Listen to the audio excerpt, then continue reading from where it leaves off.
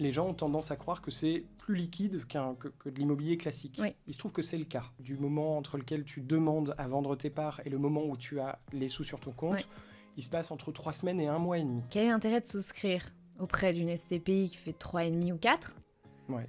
quand il n'y en a pas une ou deux qui font 5 ou 6? Il y a quand même une bonne partie du marché. Ce sont des SCPI qui émanent de réseaux bancaires. Voilà, de banques. j'en étais sûre. Même s'il n'y a pas que le rendement, je ne comprends pas ce qui pousse des personnes à investir sur des SCPI qui fournissent 3% de rendement. Quand je vois des articles qui me donnent envie de sauter sur mon fauteuil à mon bureau, des articles qui disent hécatombe sur le marché des SCPI, c'est pas tout à fait vrai. C'est pas parce qu'une SCPI revalorise à la baisse son prix de part que d'autres vont le faire ou que d'autres vont mal. Le motto des SCPI, c'est on offre du rendement. Et c'est pour ça que viennent les épargnants, les investisseurs. Hello Paul, Bonjour. ça va? Oui, ça va. Écoute, bientôt 200 épisodes du podcast. Je n'ai encore jamais traité le sujet des SCPI. Est-ce que tu le crois? Non, je le crois pas, parce que c'est un produit hyper tendance, bien qu'ayant des défauts. Ouais, en vrai, j'en ai déjà parlé dans plein d'épisodes, en transverse, mais j'ai jamais consacré un épisode au SCPI. Donc, je suis ravie de le faire, et je suis d'autant plus ravie de le faire que c'est parce que c'est un produit qui est... Allez, est-ce que je pourrais parler de tourmente? Oui, peut-être un peu. Peut-être que le mot crise est un peu fort, mais en tout cas, c'est un produit dont on parle pas mal en ce moment parce qu'il se passe des choses. Il se passe des choses sur plein de marchés en ce moment et pour plein de produits d'épargne. Et du coup, c'est ça que j'avais envie de décrypter avec toi pour les auditeurs. Un peu de pédagogie. Oui, volontiers. On commence par c'est quoi la SCPI? D'autant que, Paul, c'est un sujet que tu maîtrises, auteur de la SCPI pour les nuls. Oui, c'est vrai. Donc, tu dois être capable d'expliquer ultra rapidement ce que c'est que la SCPI. Ok, je vais essayer de le faire. Donc la SCPI, c'est une société qui détient un portefeuille de biens immobiliers, donc la plupart du temps professionnels, ça peut être des bureaux, des commerces, des entrepôts, des hôtels, etc. Et elle va évidemment s'occuper de la gestion de ce portefeuille immobilier. Quand on dit gestion, c'est les travaux, les locataires, encaisser les loyers, etc. Et les épargnants, eh bien, ils peuvent acheter une ou plusieurs parts de cette société, de cette SCPI. Et en contrepartie, eh bien, ils reçoivent un loyer, qu'on appelle un dividende, un revenu locatif, au prorata de ce qu'ils ont investi. Voilà. Et on peut parler de tous les avantages, mais on peut aussi parler des inconvénients, sans problème. Voilà pour la big picture, comme on dit. Alors, ce qui est cool avec ce placement, c'est que on a un sous-jacent qui est l'immobilier, qui est le placement préféré des Français. Donc, qui a des mécanismes de marché qui sont assez connus et qui sont plutôt compréhensibles de la plupart des gens. Donc ça, c'est chouette. On a un produit qui peut se financer cash ou qui peut se financer avec emprunt bancaire. Oui. Ça, c'est un deuxième truc qui est trop chouette avec ce produit. C'est le seul, à ma connaissance d'ailleurs, c'est le seul produit non immobilier physique qui peut se financer par emprunt bancaire. Oui, absolument. C'est vrai que dans l'assurance vie, on peut mettre des unités de compte, si on rentre dans le technique, immobilière, des SCI, etc. Mais on ne peut pas financer par emprunt une assurance vie, alors que là, c'est possible, effectivement. Et l'autre avantage pour beaucoup de gens, donc on peut utiliser son effet de levier, mais effectivement, on le fait sur un produit où il y a zéro gestion. C'est vrai qu'il n'y a pas de paperasse, pas de gestion. Alors, il y a quand même un point, c'est qu'on est obligé de déclarer ses revenus à un moment donné. Donc, il y a un petit peu de paperasse, mais c'est vrai que le locataire qui vous appelle parce qu'il y a un problème... Je te rassure, on est aussi obligé de le faire avec de l'immobilier classique. Oui, c'est vrai. Il n'y a pas de locataire qui vous appelle en plein milieu du mois d'août pendant vos vacances pour un problème de plomberie. Voilà. Toi, t'as vu mes stories ou quoi? Ça t'est arrivé? Oh, mais moi, je fais de la location courte durée en plus. Donc, moi, j'ai choisi le curseur de la gestion plus. Ouais. Mais voilà, c'est un choix. C'est un choix que tout le monde n'a pas envie de faire et je comprends pourquoi, parce que des fois, il m'arrive de le regretter. Alors, c'est vrai que plus les épargnants sont jeunes, plus ils ont envie d'investir, et j'en fais partie, dans l'immobilier physique classique, l'immobilier locatif, courte durée ou pas. Et puis, plus ils avancent dans l'âge, moins ils ont envie de s'embêter avec des problèmes de gestion, des locataires récalcitrants, etc. Voilà. Et donc, l'âge moyen du souscripteur de SCPI? Alors, l'âge moyen, on ne le connaît pas, mais on tend vers les 45 ans, effectivement. Ouais.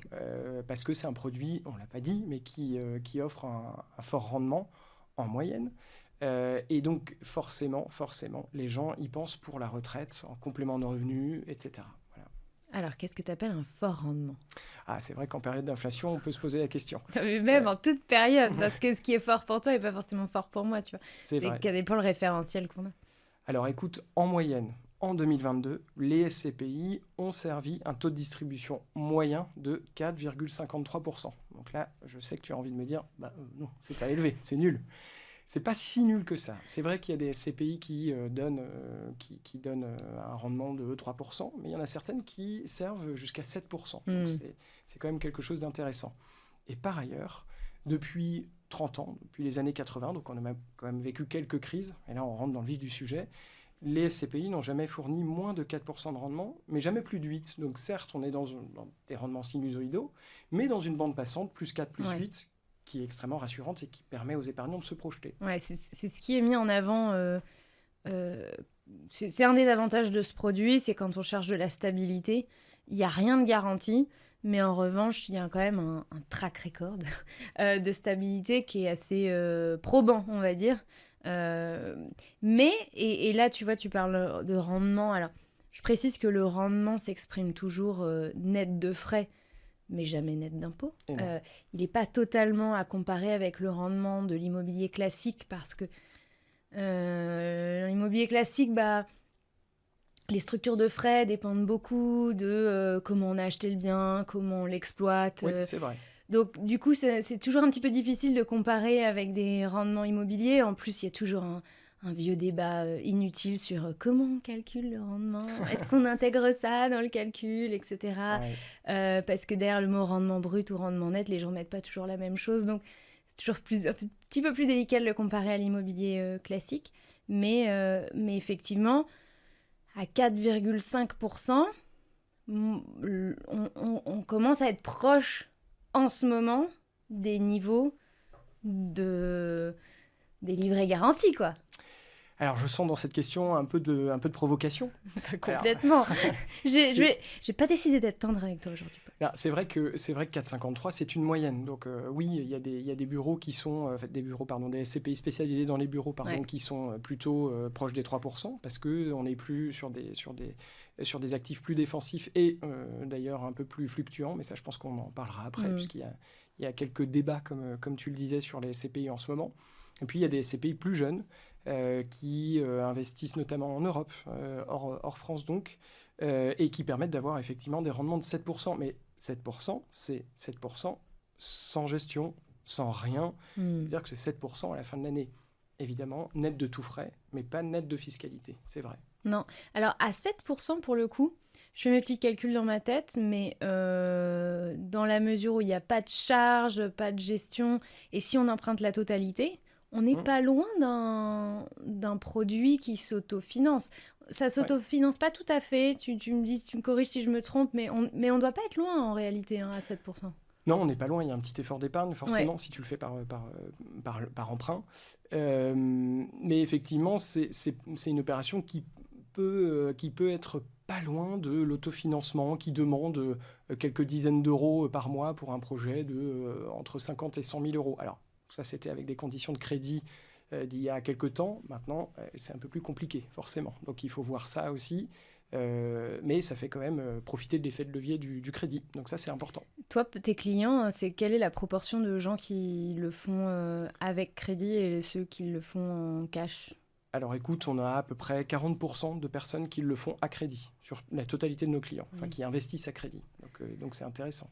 Ouais, alors je sais plus qui... Désolée, ma mémoire me fait défaut. Je ne sais plus qui j'avais interrogé sur le podcast. J'avais posé la même question. Et c'est pareil, j'avais été surprise des chiffres qui ne dépassaient pas les 50% de souscripteurs qui souscrivent à crédit, alors que moi, ça me semble être un des avantages de la SCPI. Mais parce que finalement, on peut se dire... Alors, peut-être que les gens se disent à rendement, pour aller chercher du 6-7%, finalement, on va avoir plus de volatilité en bourse. En tout cas, c'était le cas quand les taux étaient bas. Et aller chercher un rendement à 6-7% en bourse, il y avait une volatilité qui était plus forte qu'aller chercher le même rendement en SCPI.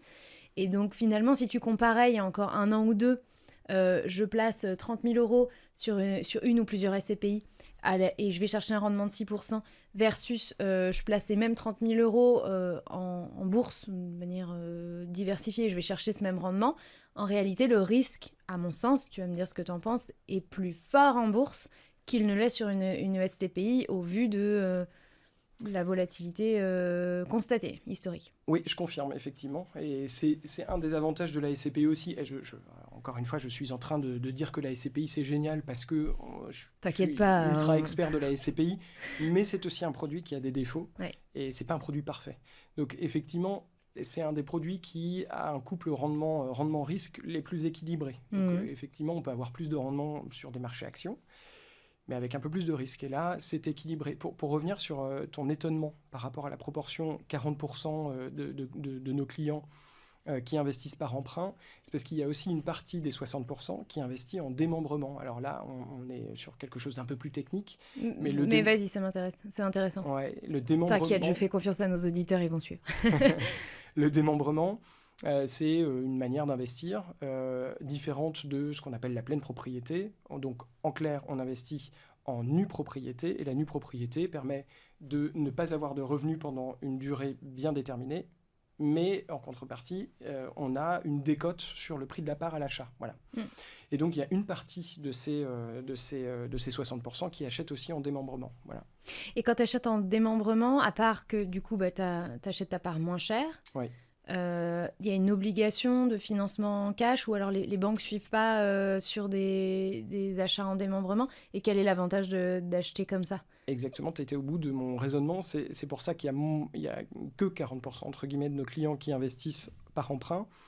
C'est que le démembrement qui est intéressant, eh bien, il se fait quasi exclusivement en cash. Donc forcément, tu le fais... tu le fais de cette manière. Et pour répondre à ta question aussi sur on le fait que en cash, en nue propriété, pourquoi ou quel intérêt? Parce que quand tu empruntes, l'intérêt, c'est aussi de pouvoir déduire les intérêts d'emprunt de tes loyers pour optimiser la fiscalité. Or, en nue propriété, tu n'as pas de revenus pendant la durée du démembrement. Donc, y a un intérêt qui est un tout petit peu moins optimisé. Voilà. Okay. Si tu me suis. Mais pas sûr en fait, tu touches pas de loyer, donc tu n'as pas les avantages de toucher les loyers. Non, en fait, donc tu mises exclusivement sur la revalorisation de ta part de SCPI que tu achètes. Oui, enfin, la part de nue propriété que tu as achetée sur ta part de SCPI. C'est ça. Et j'imagine que tu n'as pas de fiscalité puisque tu n'as pas de revenus. Non, c'est ça. En clair, si on fait un démembrement sur 5 ans, plutôt que d'acheter ma part en pleine propriété à 100, si elle vaut 100, eh bien, je vais l'acheter avec une décote. Donc, en général, la décote, elle est de 20%. Donc, j'achète 80, quelque chose qui vaut 100. Pendant 5 ans, je n'ai pas de revenus. En revanche, au bout de 5 ans, eh bien, je récupère la pleine propriété. Donc, quelque part, sur mon compte, réapparaissent les 100. Et donc, pour passer de 80 à 100, j'ai fait une performance qui est de plus 25%. J'ai une plus-value, mais qui n'est pas considérée comme telle par l'État, puisque c'est un remembrement classique. Et donc, évidemment, plus 25% net d'impôt. Voilà, c'est ça l'intérêt. D'accord. Si ta part n'a pas décoté. Exactement, et c'est un des points importants, c'est que les 100 qui sont la valeur initiale et les 100 dont je parle au bout de 5 ans, ce n'est absolument pas garanti. La part peut fluctuer au même titre que si tu achètes un studio cette année, aucun agent, aucun notaire ne peut te garantir que dans 5 ans, ça vaudra 100 000 euros, 90 000 euros ou 110 000 euros. Voilà. La part de SCPI, c'est exactement la même chose. Ok. Continuons un petit peu sur la pédagogie de la SCPI. C'est un produit qui a à peu près la même liquidité que l'immobilier classique? Alors, oui et non. C'est-à-dire que c'est un des inconvénients, un des points de vigilance de la SCPI, c'est que le fait que ce soit structuré en une sorte de produit financier avec un sous-jacent immobilier, les gens ont tendance à croire que c'est plus liquide que de l'immobilier classique. Oui. Il se trouve que c'est le cas. Depuis 15 ans, le moment entre lequel, la durée du moment entre lequel tu demandes à vendre tes parts et le moment où tu as les sous sur ton compte, il se passe entre 3 semaines et 1 mois et demi. Donc c'est beaucoup plus J'avais liquide. imaginé un petit peu plus. Ça, c'était avant. Et en ce moment, donc, au moment même où nous parlons, il y a un peu plus de tension sur le marché des SCPI, parce qu'effectivement, les SCPI peuvent supporter un risque de liquidité qui fait que ton argent ne peut ne pas être disponible tout de suite. Et ça, c'est important de l'avoir en tête. Au même titre, encore une fois, je fais souvent la comparaison avec un studio. Au même titre qu'un studio, si tu décides de le vendre, Rien ne te garantit que tu vas le vendre en 1 mois, 2 mois ou 6 mois. Si tu le mets trop cher, sur le marché, il se vendra en un peu plus de temps. Ok, donc je veux revendre mes parts de SCPI, qui les rachète? Alors, il y a un marché secondaire qui est organisé par la société de gestion et donc qui, en quelque sorte, rachète tes parts à un prix qui est déterminé à l'avance, qui s'appelle une valeur de retrait. Tu m'arrêtes si tu ne me suis plus.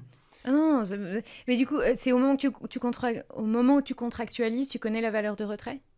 Alors, tu ne connais pas la valeur de retrait exacte, mais tu sais quelle va être la différence en pourcentage, entre ok. le prix de souscription et la valeur de retrait. Par exemple, il y a des frais importants, qui sont les fameux frais de souscription, qui, si on est attaché à la sémantique, portent assez mal leur nom, parce que ce sont des frais que tu supportes lorsque tu revends tes parts. Donc j'achète ma part 100, et j'ai des frais de 10%, et bien ma part, je la revends 90 €. Génial. Alors, évidemment, ce n'est pas garanti. Si la part passe à 110, dans 10 ans, si tu décides de la revendre, les frais ils seront toujours de 10%, et donc il est évident que tu ne paieras pas 10 € de frais, mais plutôt 11. Et dans ces cas-là, tu ressortiras avec 99 et pas 90. Voilà.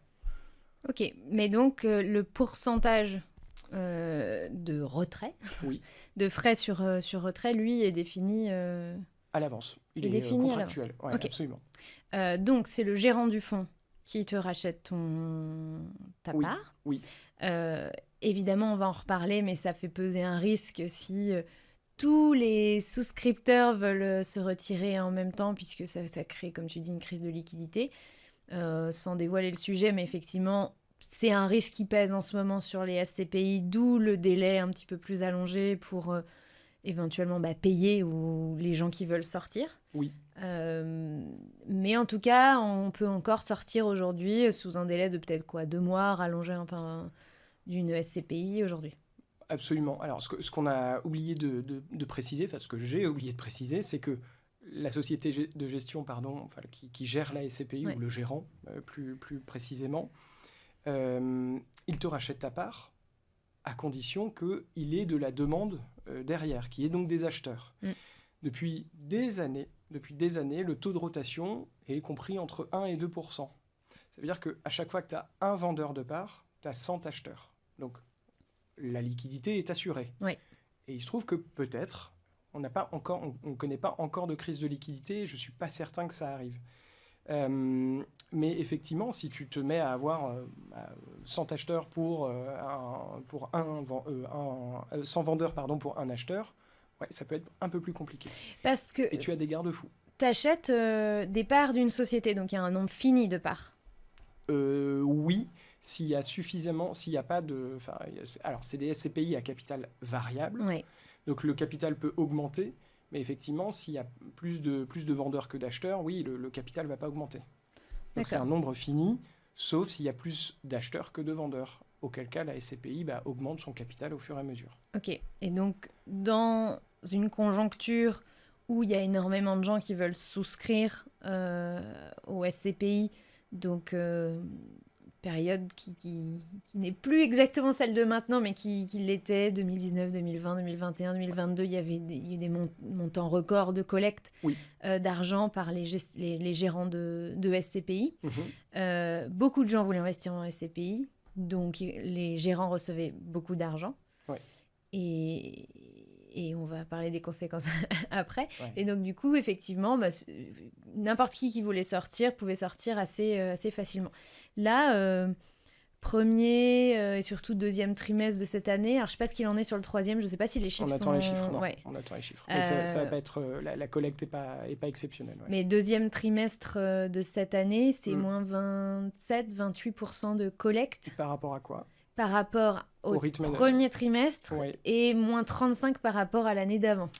Oui, en tout cas, ce qui est sûr, c'est qu'on n'aura jamais le niveau. Donc, le niveau de collecte 2022, c'est le record, best record ever, 10 milliards d'euros investis sur les SCPI. Donc, quand on parle de collecte nette, c'est l'argent investi moins l'argent qui est retiré. Voilà, ça donne la collecte nette.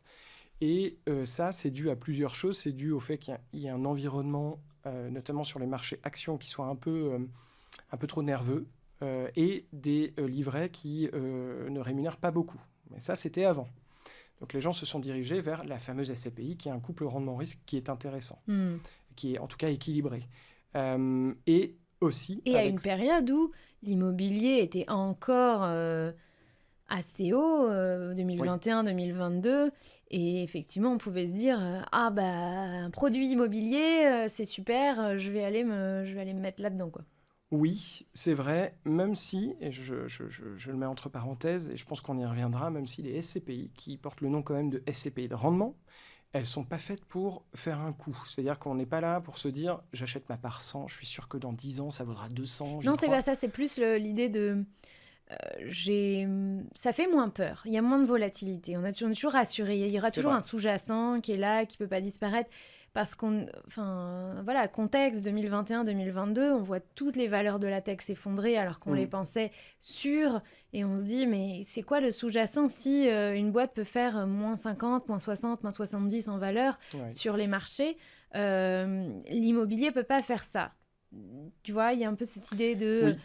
Il y a un coussin de protection, les choses ne peuvent pas s'effondrer. Encore une fois, tu le dis, c'est un meilleur couple rendement-risque parce que risque de volatilité, enfin volatilité moins importante notamment. Et du coup, j'ai perdu le fil de ce que je voulais dire, avec ma parenthèse ouverte, c'est moi. Je t'en prie. Où en était-on? Bref. On parlait de la collecte record 2022. Énorme, et qui est effectivement le contexte conjugué à un stock d'épargne énorme, dû aux années Covid, ont fait que, il y a eu 10 milliards d'euros. Et donc, oui, en 2023, la collecte sur les 2 premiers trimestres, et je pense que les 2 prochains vont le confirmer, donc 3e et 4e, la collecte est en baisse. Mais en fait, c'est pour le mieux. C'est-à-dire que c'est un produit qui, de toute façon, est niche. La preuve, tu hésitais avant d'en parler. Tu n'as jamais fait, ou presque pas, d'épisode. Enfin, en tout cas, tu n'en as pas parlé. Non, j'en ai déjà parlé, mais j'ai jamais fait d'épisode dessus. Parce que c'est un sujet qui est assez confidentiel, et qui doit pas être masse de toute façon. Donc, la collecte, elle doit revenir à des niveaux qui sont plus raisonnables. C'est marrant ce que tu dis. C'est pour que ce marché fonctionne bien, tu estimes qu'il peut pas être... Tu vois, c'est comme, il est capé, il y a un niveau de collecte maximum raisonnable pour assurer le bon fonctionnement et le bon niveau de rendement pour les souscripteurs. C'est ça en fait que tu... Alors en fait, ce que j'implique dans, enfin ce que je dis en sous-jacent, c'est que le fonctionnement des SCPI, c'est de la collecte d'épargne, des investisseurs en particulier, la plupart du temps. Et donc, une fois que les gérants ont collecté cette épargne, ils ont la quasi-obligation, en tout cas l'injonction, d'investir. Sinon, ça ne se rentabilise pas.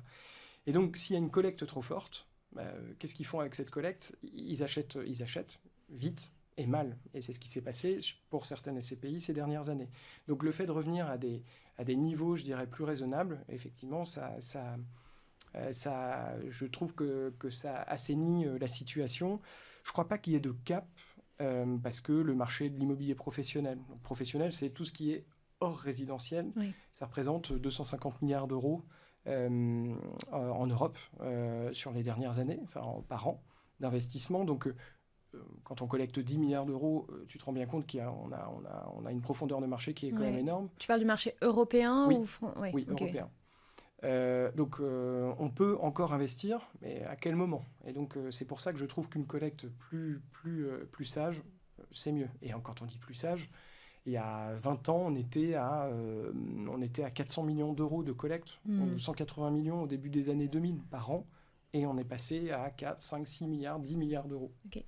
C'est le choix des gérants de fonds de dire là, on s'arrête et on collecte pas plus, ou on continue, on ouvre les vannes. Tu vois, en fait, quel est l'intérêt pour un gérant de fonds de continuer à faire rentrer des souscripteurs qui l'oblige à investir à un moment où le marché est très haut. Et du coup, en fait, c'est quasiment sûr que tu ne vas pas faire des bonnes affaires sur un marché immobilier qui est très haut. Est-ce que mon analyse est trop simpliste ou qu'est-ce qui, du coup, motive le gérant de fonds à continuer à collecter plutôt que de dire là, on est bien là, en fait. On va garantir le rendement à nos clients. On n'est pas sûr de délivrer la même performance si vous continuez à nous donner des sous, entre guillemets. Alors déjà, j'ai entendu quelque chose qui me faisait mal aux oreilles, c'est la garantie de rendement. Les SCPI n'ont pas de garantie de rendement. Ouais. Abus de langage. Ouais, exactement. Donc, les gérants ne peuvent pas garantir le rendement. Ouais. C'est hyper important. C'est une excellente question sur pourquoi ils ne freinent pas la collecte finalement, plutôt que et gérer tranquillement. Il y a un aspect, je pense, déjà, il y a des opportunités de marché. Ce n'est pas parce qu'un marché est un peu plus calme qu'un autre n'est pas en pleine expansion. On le voit avec la logistique, on le voit avec l'hôtellerie, enfin, en tout cas le secteur de l'hôtellerie de plein air, pour ne pas dire camping, qui connaît une évolution positive et une rentabilité qui est extrêmement intéressante. Donc, toutes les classes d'actifs, toutes les typologies d'actifs dans les SCPI ne sont pas logées à la même enseigne. Et effectivement, pour certains gérants, je pense qu'il y a un enjeu de nouveaux acquéreurs égale on peut rembourser certains vendeurs. Je pense qu'il y a un aspect là-dessus. De liquidité. Absolument, c'est sûr. À avoir de nouveaux épargnants, une nouvelle épargne pour pouvoir rembourser ceux qui décident de sortir. C'est pas légion, mais il y en a quelques-unes. En général, ce sont des SCPI qui sont plutôt des mastodontes sur la place et qui sont liés à des réseaux bancaires qui sont effectivement inarrêtables. Ok, j'ai du mal à comprendre parce que tu disais tout à l'heure qu'il y avait un ratio de 1 vendeur pour 100 acheteurs. C'est ça. Elle est où la crise de la liquidité ? Alors là, il n'y en a pas, effectivement. Ah, il n'y en a pas, mais du coup, quel est le besoin d'accumuler de la trésorerie pour pouvoir éventuellement, pour faciliter le remboursement des gens qui sortent, alors que potentiellement, dans cette période-là, il y avait assez peu de gens qui sortent par rapport au nombre de gens qui rentraient. Parce que le 1 à 2% de taux de rotation, enfin le pourcentage de vendeurs, c'est en moyenne. Mais tu as certaines SCPI sur lesquelles tu as beaucoup plus de vendeurs, parce que c'est des SCPI anciennes, parce qu'il y a un rendement qui est moins bon. Et donc forcément, il faut avoir une nouvelle épargne qui rentre.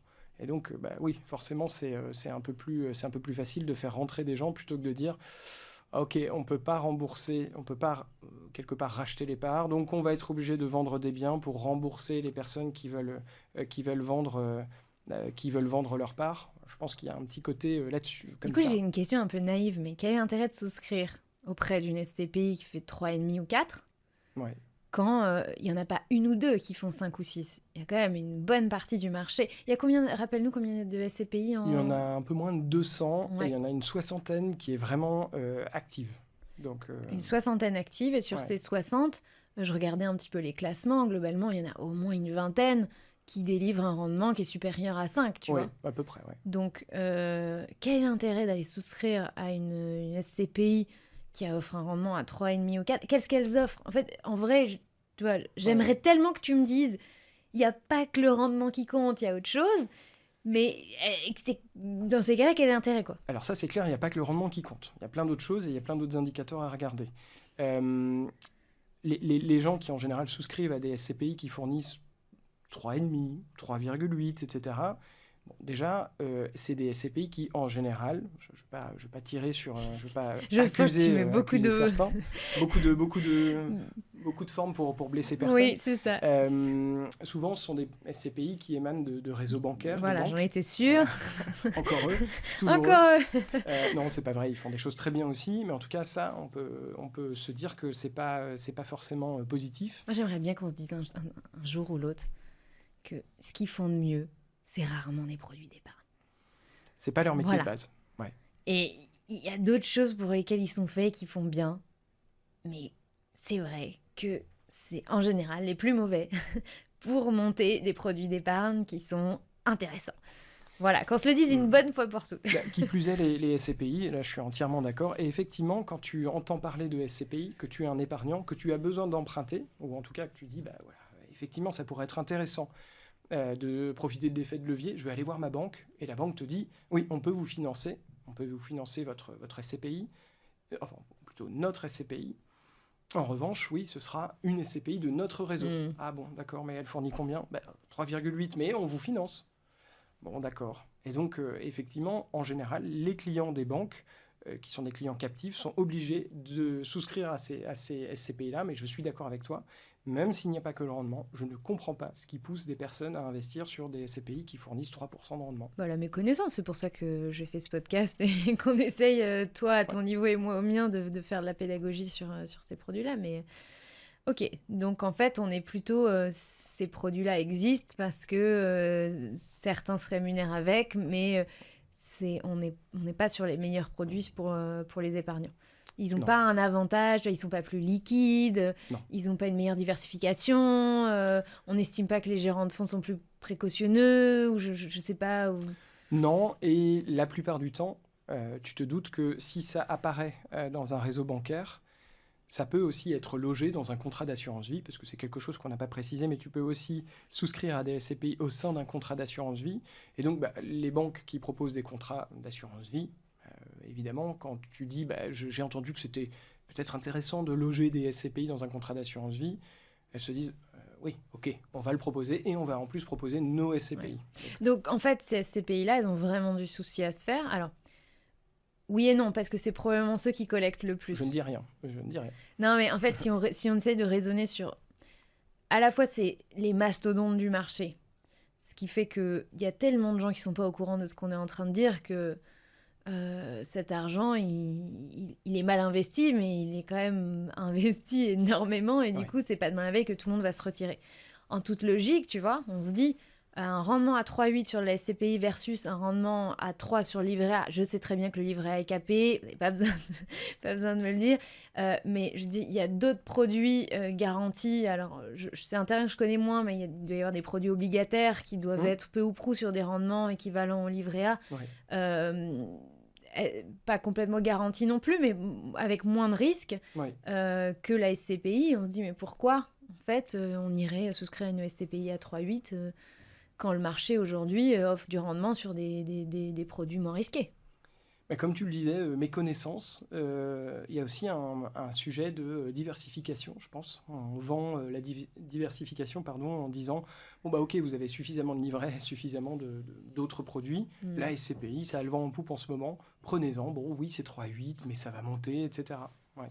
Et il doit y avoir un peu de ça. Toi aussi, tu viens d'écorcher mes oreilles avec le placement à le vent en poupe. C'est pas un argument, ça. Non, je suis d'accord, mais j'imitais des personnes qui peuvent donner ça comme argument. Ouais. Pardon pour tes oreilles.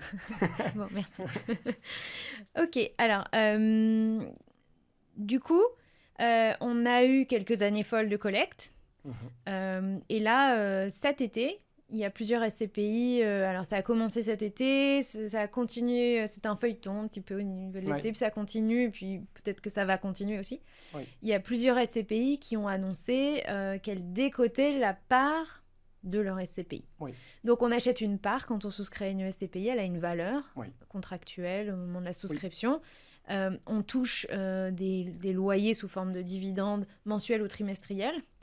La plupart du temps trimestriels. Trimestriels. Mais on peut aussi éventuellement gagner de l'argent si la part se revalorise au moment où on décide de sortir. Comme tu dis, c'est pas une stratégie que tu recommandes, c'est pas un type d'actif où on peut faire des coups, mais en tout cas, c'est une possibilité aussi de gagner de l'argent. Sauf que là, ce qui se passe, c'est que les gérants de fonds ont eu plus... Alors, c'est une décision qu'ils prennent plus ou moins obligés de le faire. J'aimerais bien que tu nous racontes un peu les coulisses de ça. De décoter leur part. Donc, la part valait 100, et il y en a qui ont décoté jusqu'à 16-17%. Oui, pour les corrections les plus sévères. Oui, les plus sévères. Donc, concrètement, si vous avez investi 100 000, d'un coup, vous avez quand même perdu 17 000. Oui, absolument. C'est ça. Alors, j'aime pas trop l'expression pas vendu, pas perdu, parce que dans l'absolu, quand on se retrouve quand on passe de 100 à, je sais pas moi, 84 000 euros sur son compte, on a quand même du mal à dormir, même si on n'a pas vendu. Je crois qu'il faut rappeler quand même les 4 points de vigilance de la SCPI. Le premier, c'est non garantie du rendement. On vient d'en parler, ça peut fluctuer. Le risque de liquidité, on en a parlé. Il faut que ce soit un investissement qui soit fait sur le long terme. Et là, j'insiste là-dessus. Avec nos clients, on répète, et j'espère qu'on fait bien les choses, je crois que oui, mais on reste humble, je touche du bois. On dit toujours à nos clients, quand vous investissez dans les SCPI, vous investissez sur le long terme. Le sous-jacent est immobilier. Je crois qu'il y a eu les SCPI avec le rendement assez élevé a été trop vendu comme une sorte de super livret, où les épargnants se sont dit bon, moi je crois que de toute façon je peux sortir à tout moment. Et oui, mais il y a un quatrième risque dont on parle moins, qui est le risque de fluctuation du prix de part. Et effectivement, ce qui s'est passé, donc la SCPI, chaque SCPI est tenue légalement, c'est une obligation qui a été dictée par l'AMF au début des années 2000. Elles doivent tous les ans faire une expertise de leur patrimoine et dire, voilà, mon patrimoine, il vaut tant. Et si cette valeur est trop décorrélée du prix de la part, elles sont obligées, si elles dépassent en clair 10%, là on rentre un peu dans le technique, si ce qu'on appelle la valeur de reconstitution est supérieure de 10% ou inférieure de 10%, ils sont obligés de réévaluer pour qu'on reste dans cette zone tampon, plus 10, moins 10. Plus 10, moins 10 par rapport à la valeur de l'expert, entre guillemets. Exactement, c'est ça. Ouais. Et donc, même s'il y a une différence de 25% entre la valeur de la part et la valeur de l'expert, entre guillemets. Alors, non, s'il y a 25% d'écart, alors là, les SCPI sont obligés de revaloriser quoi qu'il arrive. Elles sont sorties du moins 10 plus 10. Exactement, ce fameux tunnel. Et donc, tous les ans, elles évaluent donc la fameuse valeur d'expertise qui donne la valeur de reconstitution. Il y a un calendrier là-dessus, c'est tous au même moment ou... Oui, absolument, c'est en fin d'année.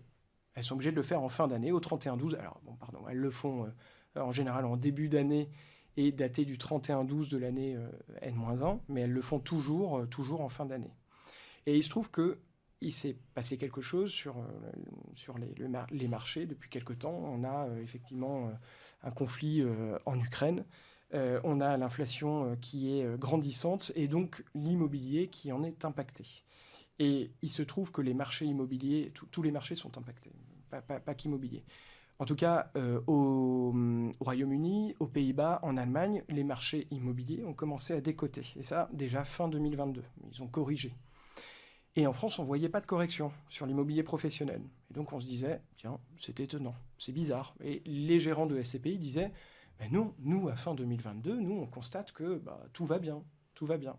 Et donc, l'AMF a dit, en juin cette année, ils ont dit, attention, on pense qu'il va y avoir des décotes d'actifs. On vous demande de faire en avance, pas au 31-12, parce que sinon, on va avoir des mauvaises surprises. Vous allez nous faire des valeurs d'expertise, vous, société de gestion, pour vos SCPI, au 30 juin. Et donc, c'est ce qu'elles ont fait. Et effectivement, il y a des actifs qui ont dévalorisé. Et donc, certaines SCPI ont été obligées de répercuter sur leur prix de part. Mais ce qui est hyper sain, moi, je trouve ça bien. Et je trouve ça transparent de la part des SCPI de faire ça. Soit dit en passant, il y a eu, pour l'instant, je pense que ce n'est pas terminé, il y a une quinzaine de SCPI qui ont donc dévalorisé leur prix de part, jusqu'à moins 16%. Sur les 60 qui sont actives ou sur la totalité des... Sur la totalité. Ok. Et il y en a une dizaine qui a revalorisé son prix de part à la hausse.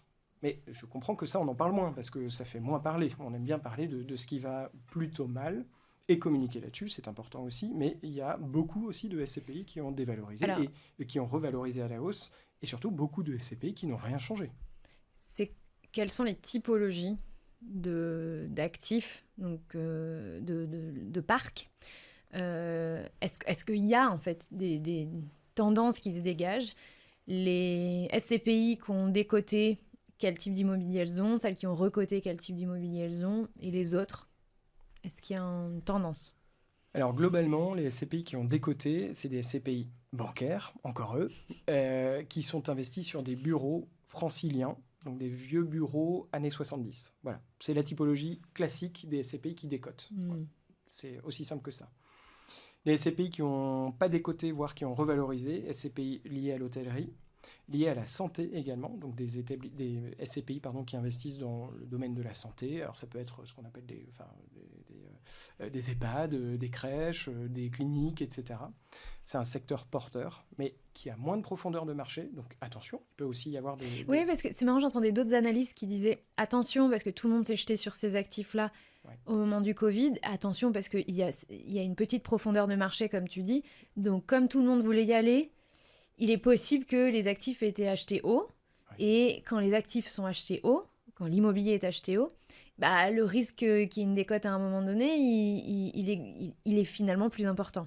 Oui, mais je pense que ça, c'est vrai partout. Mais en tout cas, dans les SCPI de santé, il y en a qui font du bon travail, d'autres peut-être qui sont un peu moins sélectifs ou qui ont, disons, profité à l'époque et maintenant, on pourrait dire, subi une collecte trop importante. Et donc, oui, pourrait y avoir des décotes. Aujourd'hui, sur ce secteur des SCPI de santé, il n'y a pas de mouvement. Et je pense que, en tout cas, nous, selon nos analyses, il n'y aura pas de mouvement encore en fin d'année. Il y a des SCPI qui sont exclusivement investis sur la santé? Oui, absolument. Ok. Il y en a, exclusivement, il y en a 3. Et qui collectent pas mal, mais ça reste niche dans la niche. C'est-à-dire que les SCPI sont déjà un produit niche, et la SCPI de santé est un produit niche, tout comme l'hôtellerie dont on parlait. Il y a 3 SCPI qui sont spécialisés hôtellerie, donc hôtellerie classique, enfin tourisme classique et tourisme business. Et donc forcément, il y a une plus petite profondeur de marché. Mais c'est un secteur qui a revalorisé. Ils ont, disons, mangé leur pain noir pendant le Covid, pour des raisons qu'on imagine. Et évidemment, aujourd'hui, ça va mieux. Donc voilà, typologie bureau qui décote, bureau francilien. Et ça nous amène quand même à dire que dans les SCPI, quand je vois des articles qui me donnent envie de sauter sur mon fauteuil à mon bureau, des articles qui disent hécatombe sur le marché des SCPI, c'est pas tout à fait vrai. Hécatombe, le synonyme, c'est massacre. Non, déjà, la SCPI, c'est un produit qui a différentes formes, qui est assez hétérogène dans les classes d'actifs, dans les secteurs géographiques. Donc, c'est pas parce qu'une SCPI revalorise à la baisse son prix de part que d'autres vont le faire ou que d'autres vont mal. Voilà, il y a différentes SCPI, différents gérants, et c'est pour ça d'ailleurs qu'il y a des plateformes comme France SCPI, mais il n'y a pas que nous, qui conseillent leurs clients. Oui, mais en fait, c'est un peu difficile à entendre tout va bien. Circuler, il n'y a rien à voir. Tu vois, c'est un peu... Non, mais oui, je caricature un peu, Paul, parce que l'idée, c'est... tu vois, tu dis c'est un fonctionnement de marché classique, que c'est relativement sain, qu'il y ait de la décote.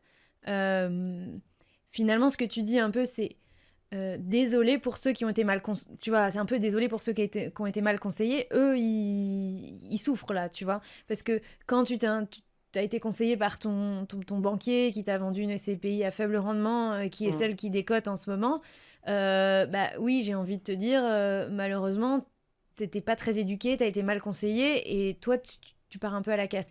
Est-ce qu'on peut quand même, tu vois, selon toi, il n'y a pas lieu de s'inquiéter? Non, j'ai pas dit ça. Non, okay. J'ai dit juste que sur certaines SCPI, il y avait des choses qui n'allaient pas et elles se faisaient corriger ou elles s'auto-corrigeaient.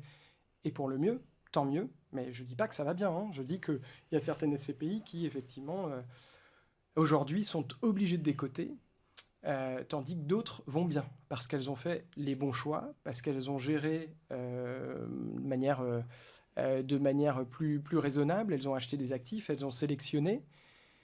Quand d'autres se sont dites, les SCPI, ça fonctionne, nous aussi on va structurer la nôtre, ou on va remettre en avant notre SCPI qui existe depuis très longtemps, et on va la vendre dans notre réseau captif, donc en l'occurrence le réseau d'agences bancaires, et pour la plupart, et effectivement ça va marcher. Oui, ça marche, mais encore une fois, oui, les SCPI qui collectent trop fort, trop rapidement, et qui sont monotypologiques, elles peuvent être amenées à faire des mauvais choix. Mais je ne dis pas que tout va bien. Okay. Je ne dis pas que tout va bien sur le marché des SCPI. Il y a une correction qui est intéressante.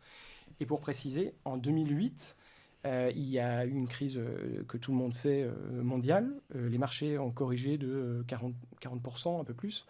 Les SCPI, en moyenne, ont dévalorisé leur prix de part, en moyenne, de 5% sur tout le marché SCPI. Pardon. Donc, il y a des corrections, mais c'est quand même un placement qui, pour nous, on sait qu'il y a des décotes qui vont avoir lieu, qui auront lieu dans le futur. C'est comme ça. Sa vie, c'est de l'immobilier. Le sous-jacent est de l'immobilier. Et c'est comme si on disait ah oui, pas de chance, vous avez acheté dans le mauvais quartier ou dans le mauvais bien. Oui, il y aura toujours des investisseurs. Et je peux en faire partie. Hein. Je ne dis pas ceux qui ont mal acheté sont nuls, ceux qui ont bien acheté sont bons. Non, parce qu'on peut tous effectivement se faire conseiller. Voilà ce que je dis. Et d'autant plus pour le coup qu'il y a un effet un peu mathématique que quand tu décotes, tu peux offrir, tu boostes ton rendement. Du coup, effectivement, pour les nouveaux souscripteurs, alors, il ne faut pas se faire avoir du coup, parce que tu peux te dire, ah bah, celui qui a des côtés, il va passer de, j'en sais rien, 3,8 à 4. Oh bah, lui, il a boosté son rendement, et paf, tu te fais avoir, en fait, par les plus mauvaises. On en revient sur l'éducation, enfin voilà, mais en vrai, les rendements sont mieux, la part est des côtés, pour les nouveaux souscripteurs, c'est pas une mauvaise affaire. Non, c'est pas une mauvaise affaire. Moi, je veux quand même préciser que je ne suis pas en train de défendre mordicus les SCPI. Encore une fois, je répète ce que j'ai dit au début, c'est que ce n'est pas un produit parfait. Mais si tu loues un studio et que ce studio, je prends les prix parisiens, 100 000 euros pour un studio de 10 mètres carrés, enfin, ça va être un peu moins maintenant, mais avec un étudiant ou un locataire qui paye 500 ou 600 euros par mois, si le bien décote, passe à 90 000 euros ou 80 000 euros, c'est pas pour ça que le propriétaire va se mettre à vendre. Non, parce que lui, il a toujours ses 500 euros et c'est bien ça qu'il vise, c'est d'avoir de la rentabilité. Les SCPI, c'est exactement la même chose. Le motto des SCPI, c'est on offre du rendement. Et c'est pour ça que viennent les épargnants, les investisseurs. C'est pour le rendement. Voilà. Donc, si je suis ton raisonnement, on évite les SCPI mono-investis, tu vois, qui sont dans un même secteur, qui n'ont pas de diversité sur le parc immobilier. Disons que oui, ça c'est la règle, mais pour tout investissement, pas mettre tous ses œufs dans le même panier. Et si on investit sur une seule SCPI, ce que nous on déconseille toujours, suivant le budget, mais d'investir sur plusieurs SCPI. Mais si on investit que sur une seule SCPI, il est préférable de se diriger vers une SCPI qui est plutôt diversifiée, donc qui a des actifs de bureaux, de commerce, d'hôtellerie, pourquoi pas, etc. Et dans différentes régions. Donc ça peut être sur la façade atlantique, vers Bordeaux, Paris, etc., la Bretagne, que je salue. Y compris diversification européenne, et pas nécessairement que en France. Absolument. Du coup, vous recommandez les SCPI de santé en ce moment? Ce que tu dis, pour l'instant ça va, mais nous on pense que ça va décoter. Disons qu'on les conseille avec des SCPI. Encore une fois, ça dépend du budget et ça dépend de l'appétence des épargnants au risque aussi. On les conseille couplés à d'autres SCPI qui sont, disons, un peu plus défensives, ce qu'on appellerait un peu plus défensif. Donc voilà. Et nous, on donne ces conseils, mais chacun est libre. On a des clients qui nous disent non, nous, on veut des SCPI 100% santé. On a même des épargnants qui nous appellent là pour nous dire « ça a décoté de 16%, je veux en acheter », ce qui est très étonnant, mais je pense que c'est un bon calcul. Et effectivement, on peut tout imaginer. Donc la réponse est oui, nous les conseillons en surpondération. Ce qui veut dire que tu peux conseiller ce type de SCPI qui ont décoté. Peut-être que tu préviens, attention, c'est un réseau bancaire, mais tu vends de la SCPI de réseau bancaire aussi ? Alors nous, on est une plateforme qui distribue quasiment toutes les SCPI. Okay. Donc oui, on peut effectivement conseiller ces SCPI bancaires, ce qu'on n'a jamais fait et ce qu'on ne fait pas. Et les épargnants qui viennent nous voir, on leur dit « en êtes-vous sûr ? Est-ce que vous êtes sûr que c'est le bon moment ?» Parce que nous, on pense que ça peut être intéressant de quand même observer ce qui se passe et pas y aller tout de suite. Voilà. Ok. Comment vous vous rémunérez en tant que courtier? Moi, je sais pas quel est le modèle de rémunération d'un... Je dis courtier, d'un distributeur, enfin je sais pas c'est quoi le mot que vous utilisez, parce que donc vous gérez pas en direct des SCPI, vous n'êtes pas émetteur de SCPI, non. Vous les commercialisez. Oui. Et du coup, c'est quoi le modèle de rémunération Alors nous, on perçoit une rémunération de la part de la société de gestion, qui est identifiée comme une rétrocession de commission, de la part de la société de gestion, voilà, et qui est peu ou prou la même, dans les mêmes proportions pour chaque SCPI. Et nos consultants qui conseillent, on est plus que commercialisateurs, on conseille des SCPI, ils ne connaissent pas les niveaux de rémunération que nous avons avec les sociétés de gestion, ce qui permet d'avoir un conseil plus objectif que des personnes qui se diraient « Ah, j'ai envie de vendre cette SCPI parce qu'elle me rémunère mieux ». Moi, j'allais te demander, mince, tu peux pas le dire alors? Non, mais ça dépend des sociétés de gestion, mais la commission est importante. Elle va de 5 à 7%. Donc, c'est important. 5 à 7% du montant collecté? Investi, ok. Donc, c'est conséquent. Mais cette rémunération, elle comprend le conseil, et le conseil pour toutes les personnes qui nous appellent. Et j'ai un secret à te révéler, mais on ne fait pas affaire avec toutes les personnes qui nous appellent pour se faire conseiller. C'est comme ça, c'est la vie.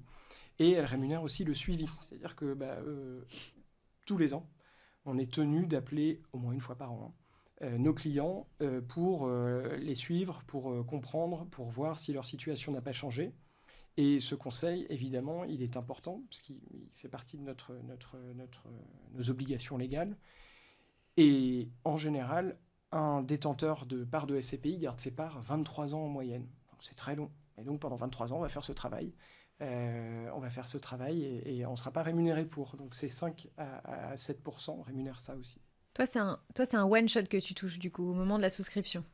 Oui, de plus en plus, on voit apparaître des SCPI qui disent « Nous, on ne vous rémunère pas one-shot, mais on vous rémunère sur ce qu'on appelle une commission sur encours. » Donc, un petit pourcentage, beaucoup plus faible que ce que j'évoquais, qui avoisine les 0,2%, 0,3%. Et on vous paye tous les ans sur le montant qui est détenu par la SCPI, par votre intermédiaire. Voilà. C'est un montant que tu négocies en direct ou c'est un montant qui est encapsulé dans les prix qui est le même pour tous les intermédiaires ?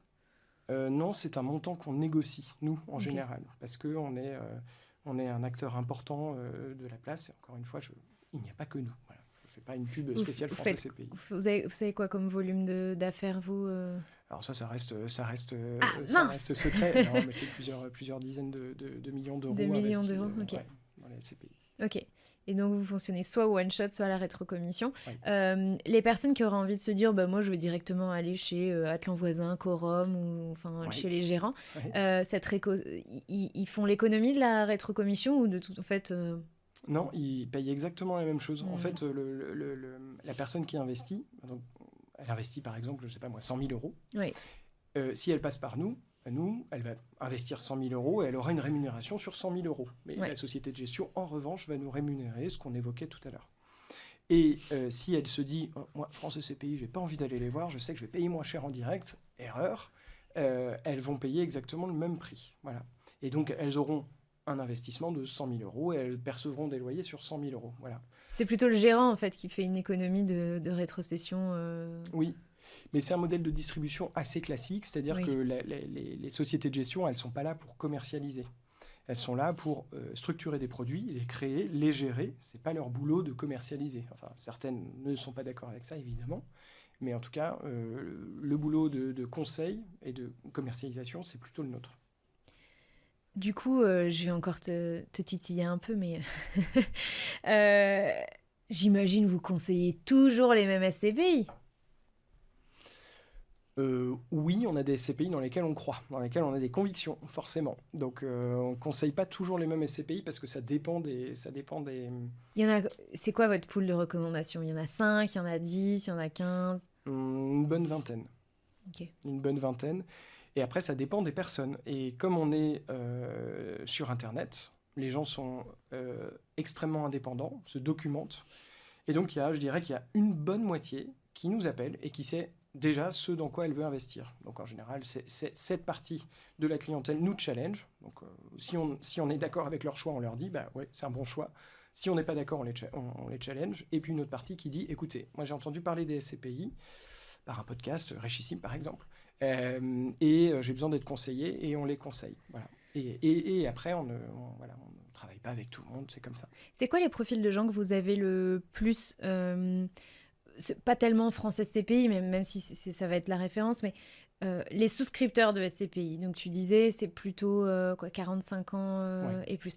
On a des gens qui sont déjà investis massivement dans d'autres classes d'actifs, on a des gens qui sont des primo-investisseurs, on a des investisseurs plutôt prudents, on a des investisseurs qui peuvent être dans des profils assez dynamiques, mais qui ont déjà bien donné sur ces classes d'actifs-là, je sais pas, private equity, je ne sais quoi aux caisses, et qui du coup vont venir chez vous. C'est quoi un peu, comment la SCPI rentre dans le mix, stratégique de l'investisseur ? Alors, il y a de tout, en fait. Il y a toute typologie d'investisseurs. La plupart du temps, c'est vrai, c'est des personnes qui ont, je dirais, entre 40 et 65 ans, pour faire large. Mais il y a aussi des personnes, des primo-accédants, enfin des personnes qui ont plus dans la trentaine, la vingtaine, on exclut.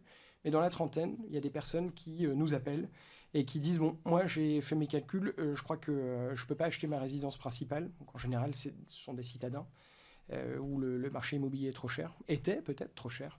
Il n'y a pas dévissé à ce point-là à Paris. Hein. On n'est toujours pas à 600 000 du mètre carré. Hein. Non, ça risque pas d'arriver. Effectivement. Mais on est passé sur la barre des 10 000. Je lisais un article, enfin un aparté, mais je lisais un post LinkedIn là-dessus. Et en fait, quand ils regardent de plus près, c'est toujours une question de numéro d'arrondissement. Ouais. Hein, des fois, à une rue près, ça décote, et de l'autre côté de la rue, ça va pas du tout décoter. Ouais. Mais effectivement, en fait, il y a des numéros qui décotent et il y a des numéros qui ne décotent pas. Voilà, alors qu'on pensait que pourtant tous les arrondissements étaient des arbres qui poussaient jusqu'au ciel. Si on parle de Paris, mais je pense que c'est pareil pour d'autres villes. Je crois que c'est à peu près la même chose pour Bordeaux et Lyon, qui sont les villes qui ont le plus décoté. Je disais ça aussi. Tout ça pour dire qu'il y a certaines personnes qui ont une trentaine d'années qui nous appellent en disant « Je ne peux pas investir dans l'immobilier classique pour ma résidence principale. Donc, j'achète des parts de SCPI parce que, on a oublié de le dire, mais c'est une classe d'actifs qui est relativement accessible. On peut y investir à partir de 200 €. Donc on trouve cette typologie de personnes. On trouve aussi des personnes qui se disent « Je sais qu'il faut que j'emprunte pour me créer un patrimoine, donc je le fais aussi ». On a des personnes qui sont effectivement en pré-retraite, qui ont plus de 50 ans et qui se disent « Ok, j'ai besoin de compléments de revenus, donc je vais investir là-dedans ». Bref, on a toute une typologie d'investisseurs avec des besoins différents, mais qui sont, on peut dire qu'il y a 5-6 grandes familles d'investisseurs dans les SCPI. Ok. 6% net, si on vise celles qui font 6 à peu près, hein, sans gestion. Par rapport à de l'immobilier classique, c'est plutôt un bon rendement. On est d'accord. Non, c'est pas parce que j'en ai jamais parlé sur ce podcast que c'est pas un produit qui a mon affection. Ouais. On va dire ça comme ça. C'est juste que ma stratégie personnelle m'a fait éviter les SCPI jusqu'à présent, parce que moi je cherchais des forts rendements, et tu le disais tout à l'heure, les jeunes moins de 40 ans sont plus enclins à aller faire de l'immobilier classique, se sentent plus à même, en forme et désireux de se frotter à la gestion. Et puis parce qu'effectivement, moi je suis allée chercher j'ai accepté ce niveau de gestion parce que j'avais aussi envie d'aller chercher des rendements qui étaient beaucoup plus élevés.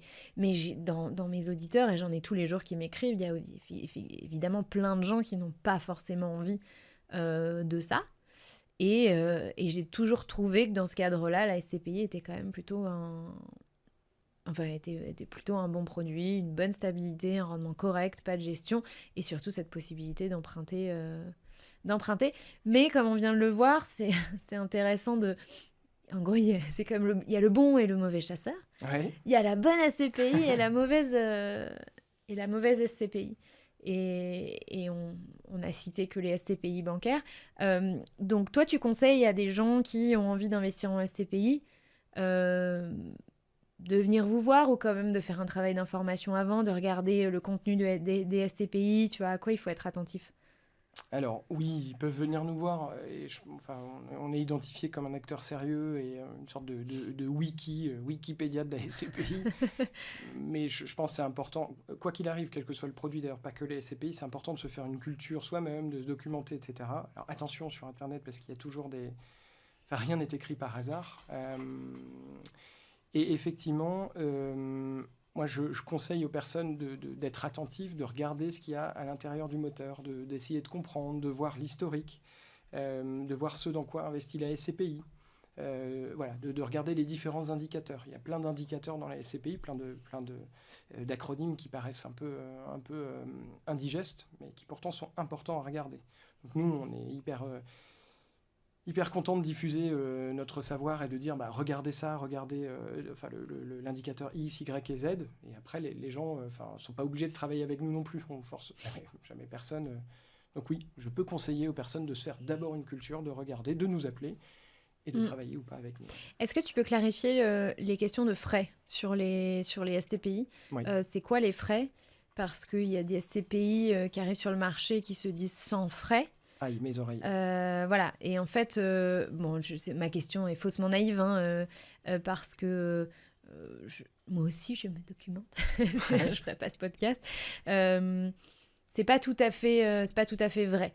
Tu vois, autant quand on va voir tu vois, des gens qui font de l'assurance vie sans frais ou du PER sans frais, il y a des vraies explications. C'est pas nécessairement que les frais sont cachés. C'est juste qu'en général, elles font moins appel à des fonds... je les appelle les fonds humains. Ouais. On a un mix ETF qui est plus important, donc du coup, les frais de gestion sont de base moins importants. Puis il y a un mouvement vers le zéro frais d'entrée, zéro frais de sortie, etc. J'ai l'impression que sur les SCPI, c'est plus nébuleux. Hein. Les discours marketing reflètent pas tout à fait...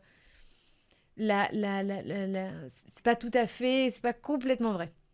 Alors, on ouvre une porte et on arrive dans une pièce dans laquelle il y a beaucoup de choses. Les SCPI, elles ont des frais parce qu'on parle d'immobilier, qu'il y a une gestion, qu'il y a tout un travail de recherche d'actifs, forcément, et on le voit typiquement avec ce qui est en train de se passer.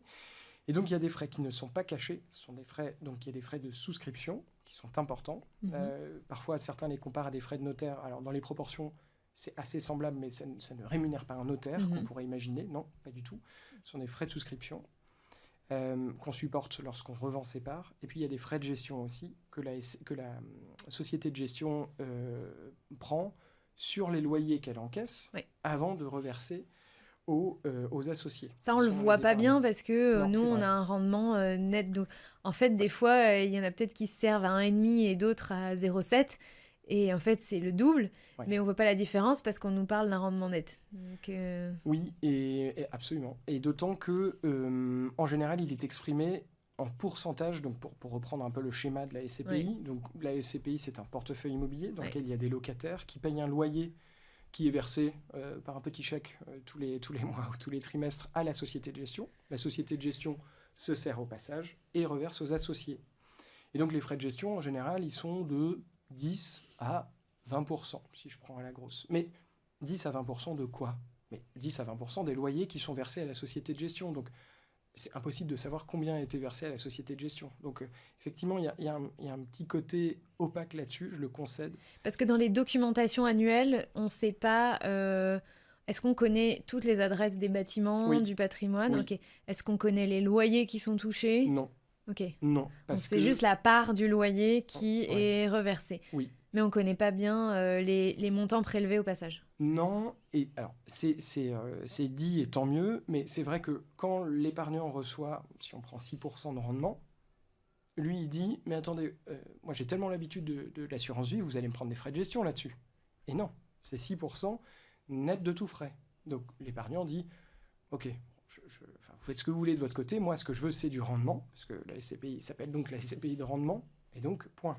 Et c'est vrai que c'est pour ça que certains disent ouais mais attendez, vous prenez des frais mais moi je suis pas au courant. Et oui, mais quand on vous en parle, vous dites moi ce que je veux c'est du rendement. Donc je suis d'accord que c'est pas une réponse exacte, mais en tout cas si on veut trouver les frais de gestion, donc il y a des frais de souscription, les frais de gestion, on peut les trouver. Et tout à l'heure, j'avais mal aux oreilles parce que il y a des SCPI qui se marketent comme des SCPI sans frais, mais c'est pas des SCPI sans frais. Personne travaille gratuitement. Et donc, ces SCPI, elles disent, bon, nous, on ne prend pas de frais de souscription. Voilà tout ce qu'elles disent.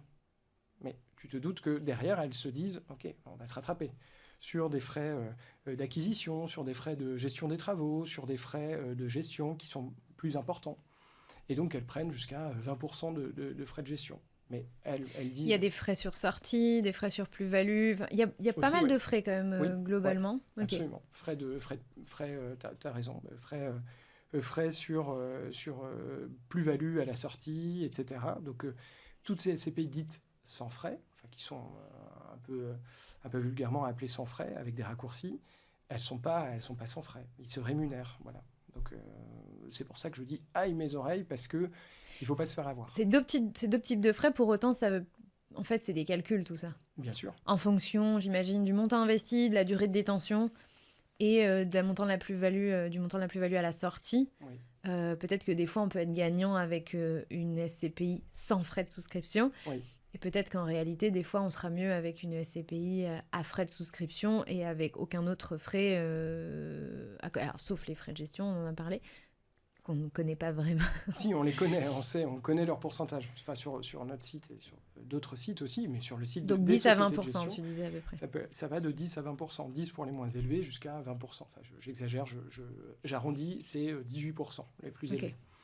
Mais en fait, là où il ne faut pas se tromper, c'est qu'en général, les gens qui voient qu'il n'y a pas de frais de souscription, de frais de sortie, disent « Ah bah attends, s'il n'y a pas de frais de sortie, moi je peux sortir quand je veux, et finalement c'est liquide. » Non, attention, on est toujours dans la même typologie d'actifs, la SCPI, de classe d'actifs, la SCPI, et donc il y a les mêmes contraintes que dans des SCPI qui ont des frais de souscription. D'autant que, pour le coup, quand il n'y a pas de frais de souscription, des fois il peut y avoir une durée de détention minimum qui n'est pas forcément très élevée, hein, c'est pas 10 ans, mais il y a quand même une durée de détention minimum, c'est-à-dire que vous pouvez pas, pour le coup c'est illiquide pendant un certain temps, donc une fausse...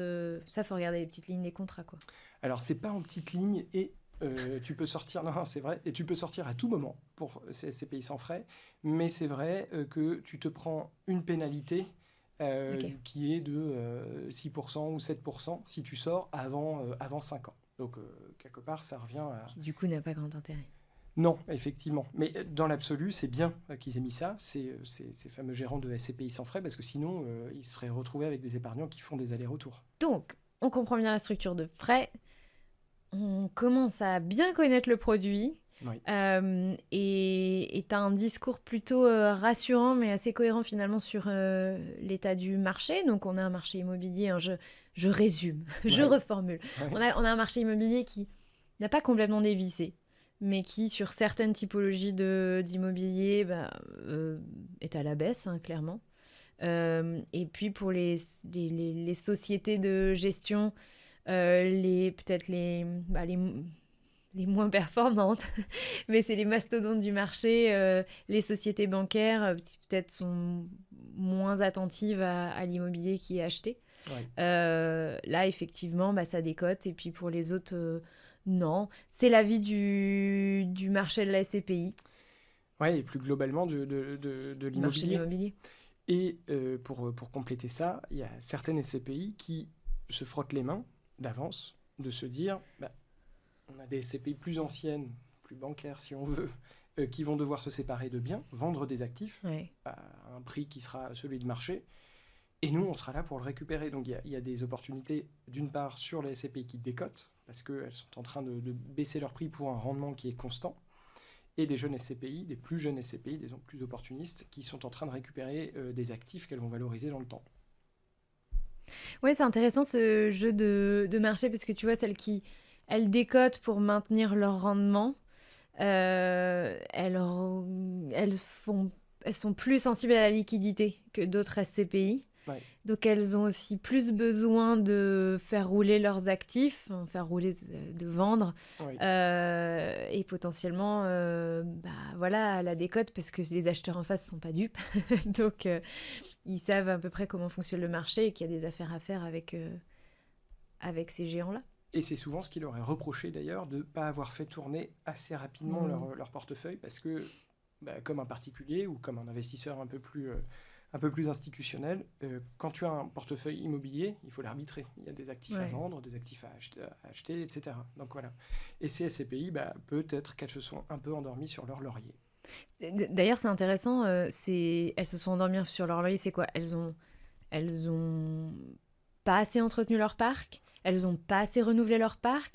Ou elles se sont trop gavées. Ou les trois. Un peu des trois. Non, mais un peu des trois. Je pense qu'elles se sont vraiment reposées sur leurs acquis en se disant, OK, on a des bureaux parisiens qui de toute façon seront toujours loués. Et oui, mais à côté, il y a des nouveaux actifs qui arrivent, qui sont plus récents évidemment, qui répondent à des normes qui sont plus responsables, disons, puisque c'est quelque chose d'important aujourd'hui aussi. Et donc, elles se retrouvent aujourd'hui, en 2023, à devoir rénover leur parc pour répondre à certaines attentes. Et elles se retrouvent complètement dépassées. Donc, voilà. Après, c'est jamais tout noir, tout blanc. C'est-à-dire que ces SCPI bancaires, grosse capitalisation, donc plus de 5 milliards d'euros, c'est aussi des actifs qui, pendant des années, ont délivré du rendement et ont subi un risque locatif qui est réduit parce qu'elles ont des centaines de locataires et que s'il y a un locataire qui arrête de payer, elles ont toujours plein d'autres locataires. Donc on ne peut pas tout avoir.